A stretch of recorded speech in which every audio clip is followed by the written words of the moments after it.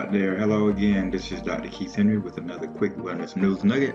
I'm a vegan naturopath, and our nugget today is from realpharmacy.com, and the article is entitled "Oxycontin Company Files for Bankruptcy After Funneling Billions into Private Offshore Accounts." Again, I'm a natural practitioner. The quick wellness news nugget is simply the time where I take a news article that has come out, or a news story that's come out during the day or the week, and I give my commentary on it from the perspective of a natural practitioner. So again, this article is posted on realpharmacy.com. It was published on September the 18th. And it's entitled "Oxycontin Company Files for Bankruptcy After Funneling Billions into Private Offshore Accounts." The article goes on to point out that the Sacklers, who are the notorious family that owns Purdue Pharma, which is the company responsible for the controversial opiate Oxycontin, is accused of transferring over $1 billion to offshore accounts in an attempt to hide their wealth amid a flurry of lawsuits related to the drug. It says that the New York Attorney General filed a complaint last week citing evidence that the Sackler family made numerous large transfers to various offshore accounts. It says further that even more money, possibly as much as $4 billion, was transferred into domestic accounts in the past several years. This was money that was clearly drained from the company in a panic, but it was not something they were trying to hide. However, it says it was a different story with the money transferred to offshore accounts. Now, most of us are familiar with the great opiate issue that's been going on for years now.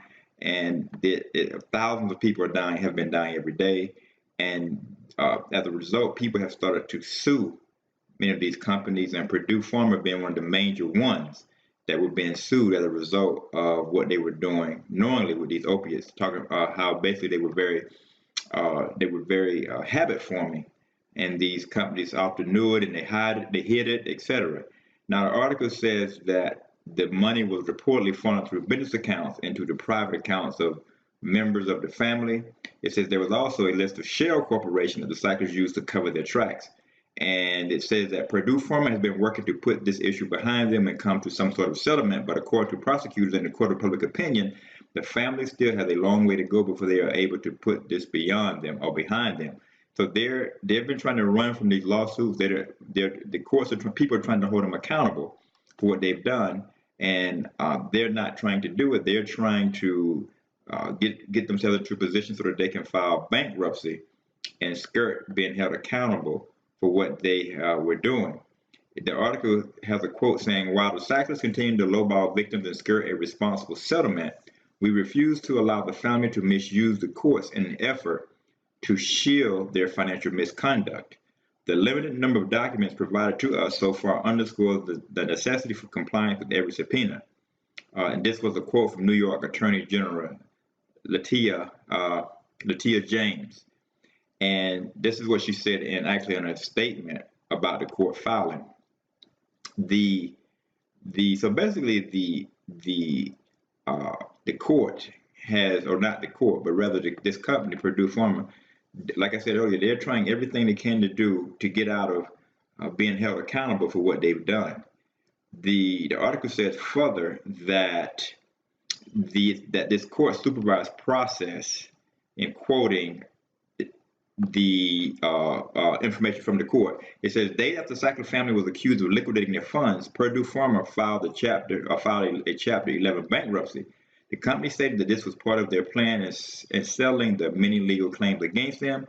And it says, quote, "This court supervised process is intended to, among other things, facilitate an orderly and equitable resolution of all claims against Purdue while preserving the value of Purdue's assets for the benefit of those impacted by the opioid crisis."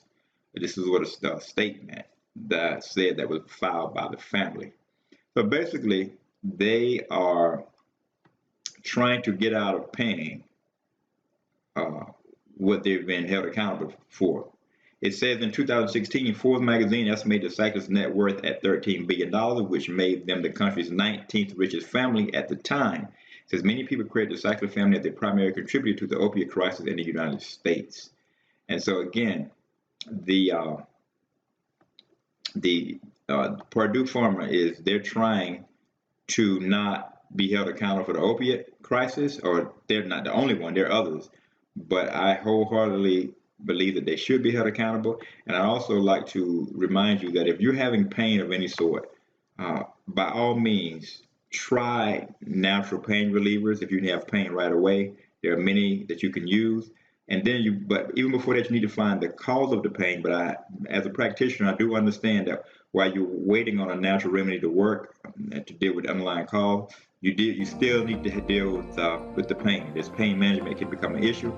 So if you're having pain, use something that is a natural pain reliever. There's many good ones out there. Something that can take away inflammation, which will, as a result, take away the pain. There are many things out there depending on what type of pain you have and what it is you're trying to accomplish. This is Dr. Keith Henry for my latest quick wellness news nugget. And until next time, take care. God bless.